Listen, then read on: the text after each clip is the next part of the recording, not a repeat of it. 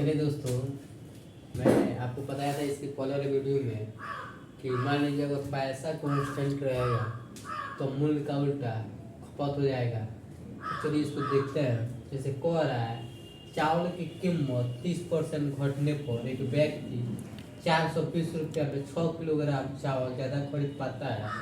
तो पहला क्वेश्चन, चावल का पुराना और नया कीमत ज्ञात करें। चावल का पुराना और नया मात्रा ज्ञात करें। तो चलिए देखते हैं। तो पैसा यहाँ कांस्टेंट है, तो सबसे पहले मूल्य का उल्टा खपत हो जाएगा। तो यहाँ मूल्य लिख लेंगे और कह रहा है जैसे 30%, तो 30% का मान होता है 3/10 होता है। तो मान लीजिए शुरुआत में इसका मूल्य 10 था और 3 घट जाएगा तो यहाँ 7 हो जाएगा। तो खपत इसका जस्ट उल्टा हो जाएगा। तो खपत यहाँ 7 से 10 हो जाएगा। चलिए एक बार और समझते हैं। जैसे कह रहा है पैसा कांस्टेंट है तो मूल्य का उल्टा खपत हो जाएगा। तो सबसे पहले 30% को ब्रेक किया है, तो 30% का मान 3/10 होता है। तो शुरुआत में इसका मूल्य मान लीजिए 10 रुपया है और 3 रुपया घट जा रहा है तो यहाँ 7 रुपया हो जाएगा। तो खपत इसका जस्ट उल्टा हो जाएगा। तो 7 से 10 हो जाएगा। तो यहाँ कितना का डिफरेंस है? यहाँ देखिएगा तो आपको 3 का डिफरेंस दिख रहा है, लेकिन एक्चुअल में 6 का डिफरेंस है, 6 केजी का। तो 3 यूनिट का मान लीजिए 6 है, तो 1 यूनिट का मान 2 हो जाएगा। फिर से समझते हैं। यहाँ 3 का डिफरेंस है, तो 3 यूनिट का मान यहाँ आपको 6 केजी दिया है, तो 1 यूनिट का मान 2 केजी हो जाएगा। तो यहाँ 7 यूनिट का मान 14 केजी हो जाएगा। यहाँ 10 यूनिट का मान 20 केजी हो जाएगा। तो सबसे पहले पहला क्वेश्चन समझते हैं क्या कह रहा है। इसे कह रहा है चावल का पुराना और नया कीमत ज्ञात कीजिए। तो सबसे पहले चलिए पहला क्वेश्चन को बनाते हैं। तो मान लीजिए 420 रुपया है और 420 रुपये में आपको पहले 14 केजी मिलता था, तो यहाँ 14 से भाग दे देंगे तो 14 से 42, तो 30 रुपया और केजी हो जाएगा। ये ओल्ड हो जाएगा और लीव निकालना होगा।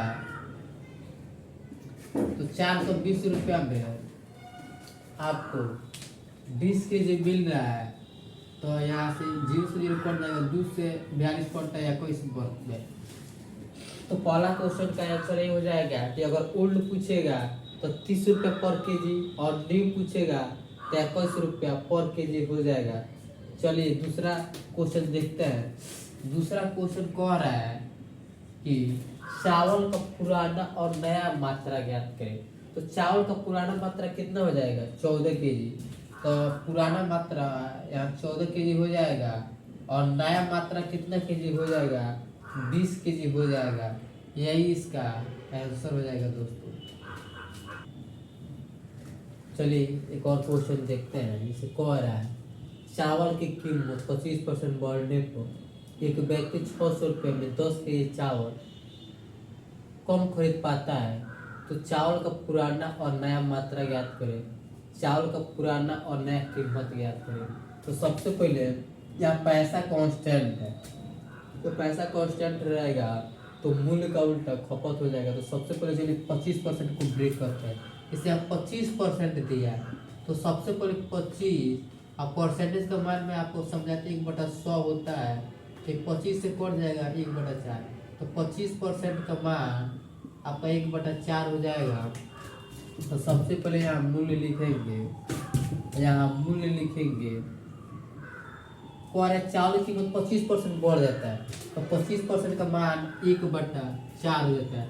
तो शुरुआत में इसका मूल्य 4 है, 1 बढ़ जाएगा तो 5 हो जाएगा। तो खपत जस्ट इसका उल्टा हो जाता है। तो यहाँ खपत 5 से 4 हो जाएगा। तो यहाँ 5 है और 4 हो गया।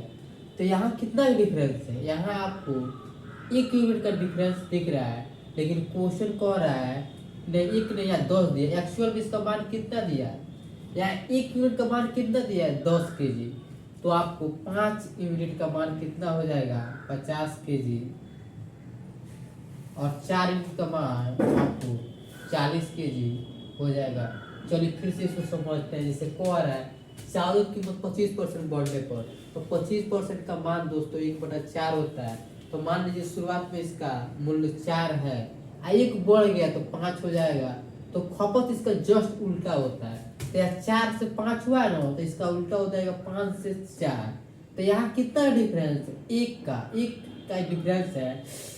लेकिन यहाँ 10 का कौन है 10 kg का, तो 1 यूनिट का मान मान लीजिए 10 kg निकल गया, तो 5 यूनिट, यहाँ 5 है ना, तो 5 यूनिट के बाद 50 kg हो जाएगा, और 4 यूनिट का मान 40 kg हो जाएगा। तो कौन है चावल का पुराना और नया मात्रा ज्ञात करें। तो पहला क्वेश्चन का आंसर चावल का पुराना, तो पुराना इसको बोलते हैं, तो पुराना इसका 50 kg हो जाएगा, और नया कहेगा तो नया इसका मात्रा 40 kg हो जाएगा। चलिए अब दूसरा क्वेश्चन समझते हैं। चलिए अब इसका दूसरा क्वेश्चन पढ़ते हैं। जैसे कह रहा है चावल का पुराना और नया कीमत ज्ञात करें।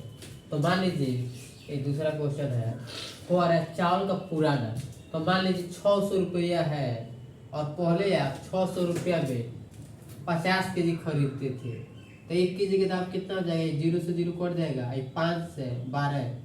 तो पहले आप तो चावल का पुराना मात्रा, चावल का पुराना मूल्य 12 रुपया पर kg हो जाएगा। आपको आ रहा है नया कीमत, तो नया फिर 600 रुपया में आप यहाँ कितना kg खरीद रहे हैं, 40 kg खरीद रहे हैं। तो 0 से 0 कट जाएगा, 4 से 15 मिनट में कटता है, तो 15 रुपया पर kg हो जाएगा। यही इसका आंसर हो जाएगा। चलिए दोस्तों अब हम आपको नेक्स्ट टाइप पर ले चलते हैं, लेकिन इसको भी उसी तरह बताएंगे आपको। जिससे कह रहा है एक सिनेमा हॉल के टिकट के मूल्य में 33.1/3% की वृद्धि हो जाता है, लेकिन सिनेमा हॉल के मालिक के आय पर कोई प्रभाव नहीं पड़ता। तो दर्शकों की संख्या पर क्या प्रभाव पड़ेगा। तो मान लीजिए आप सिनेमा हॉल देखने जाते हैं, और मान लीजिए एक टिकट का मूल्य 100 रुपया है, एक टिकट का मूल्य 100 रुपया है, और 5 आदमी देखने जाता है सिनेमा, तो कितना रुपया हो जाएगा, आपको आएगा 500 रुपया हो जाएगा। ये मालिक का कितना हो जाएगा 500 रुपया हो जाएगा। फिर क्या होता है, लेकिन कह रहा है कि सिनेमा हॉल के फिर अब मालिक जानता है कि हमको हर हमेशा 500 रुपये इनकम होता है, उसको फिक्स हो गया है कि उसको 500 रुपये का इनकम हो रहा है। लेकिन क्या हो जा रहा है कि आज उस टिकट का दाम हो जाए 125 रुपया, और 4 आदमी जा रहा है, तभी उसको 500 रुपया मिलेगा। तो इसका मतलब क्या हुआ कि अगर आय स्थिर है, उसका इनकम अगर स्थिर है, तो अगर टिकट का मूल्य घटेगा तो दर्शक ज़्यादा जाएगा, अगर टिकट का मूल्य ज़्यादा हो जाएगा तो दर्शक क्या हो जाएगा कम हो जाएगा, क्योंकि उसका आय फिक्स है। तो दो काम हो सकता है, या तो टिकट का मूल्य बढ़ सकता है या दर्शक घट सकता है, क्योंकि आय कांस्टेंट है। तो चलिए इसको लिख देता हूँ। जैसे इसको लिख सकता है टिकट का मूल्य गुणे दर्शकों की संख्या बराबर हो जाएगा कुल आय।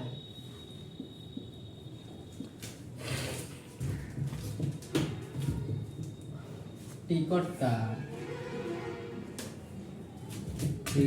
का मूल्य, टिकट का मूल्य अगर कुल आय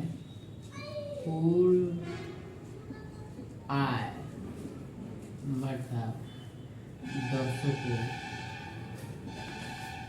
की संख्या, जैसे मान लीजिए टिकट के मूल्य में दर्शकों की संख्या से गुना कर देंगे तो कुल आय आ जाएगा। अगर यहाँ मान लीजिए टिकट का मूल्य निकालना होगा तो कुल आय को ये गुना में है, यहाँ है तो भागा में हो जाएगा। तो दर्शकों की संख्या इधर चल जाएगा तो टिकट का मूल्य हो जाएगा कुल आय बटा दर्शकों की संख्या। अगर कुल आय कांस्टेंट है, कांस्टेंट का मतलब होता है कि स्थिर है, कोई प्रभाव न पड़े। अगर कुल आय पे कोई प्रभाव नहीं पड़ेगा तो टिकट का मूल्य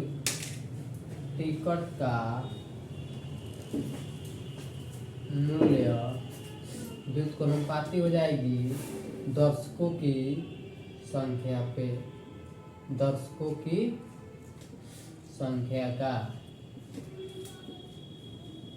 चलिए अब हम इसको क्वेश्चन को सॉल्व करके दिखाते हैं।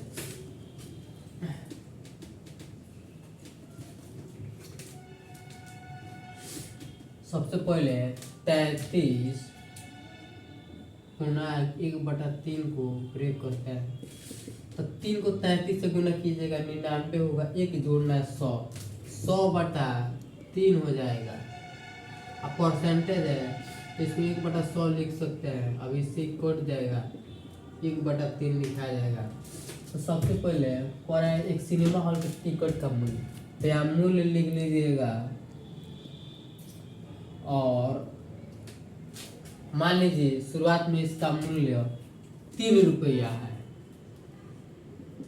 शुरुआत में इसका मूल्य कितना है? 3 रुपया है और 1 रुपया बढ़ जा रहा है तो कितना हो जाएगा? 4 हो जा रहा है। चलिए एक बार और समझते हैं। 33.1/3 को हम 1/3 लिख सकते हैं। तो शुरुआत में इसका मूल्य 3 है और 1 बढ़ जा रहा है तो 4 हो जा रहा है। तो दर्शक की संख्या इसका जस्ट उल्टा हो जाएगा तो कितना हो जाएगा? 4 से 3 हो जाएगा। कितना हो जाएगा? 4 से 3 हो जाएगा। यहाँ 4 है और 3 हो गया, कितना घट रहा है? तो कहिएगा 1 घट रहा है। 1 घट रहा है। आज तुलना किससे की है? 4 से तुलना की है तो 4 नीचे रहेगा।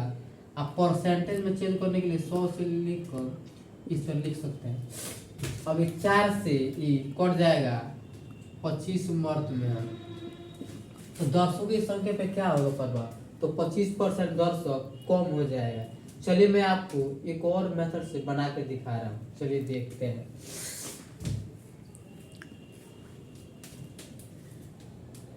चलिए एक और क्वेश्चन, चलिए इसको मैं आपको एक और मेथड से बना कर दिखा रहा हूँ। जैसे कोई एक सिनेमा हॉल के टिकट के मूल्य में इतना % के वृद्धि थे तो 33.1/3 का मान 1/3 हो जाएगा। तो शुरुआत में इसका मूल्य मान लीजिए टिकट का मूल्य 3 है, 1 बढ़ जाएगा तो 4 हो जाएगा। और उसके बाद कह रहा है और आय में कोई प्रभाव नहीं पड़ता। मान लीजिए शुरुआत में उसका 100 रुपये का इनकम है और बाद में भी 100 रुपये का इनकम है। अब मान लीजिए शुरुआत में दर्शक 100 है और निकालना है तो इसको x मान लीजिए। अभी 100 से 100 कट जाएगी, इससे कोई मतलब है नहीं। 4 से ये 25 नंबर में कटेगा तो x/75 बराबर 1/1 लिख सकते हैं। तो x बराबर 75 हो जाएगा। तो 100 था अब 75 हो गया। चलिए फिर समझते हैं। 100 है अब 75 हो गया है तो क्या प्रभाव पड़ेगा? तो 25% घट जाएगा। क्या होगा? 25% घट जाएगा। यही इसका आंसर हो जाएगा। अगर आपको ये वीडियो अच्छा लगा है तो इस चैनल को सब्सक्राइब करें, लाइक करें और ज़्यादा से ज़्यादा दोस्तों में शेयर करें। थैंक्स।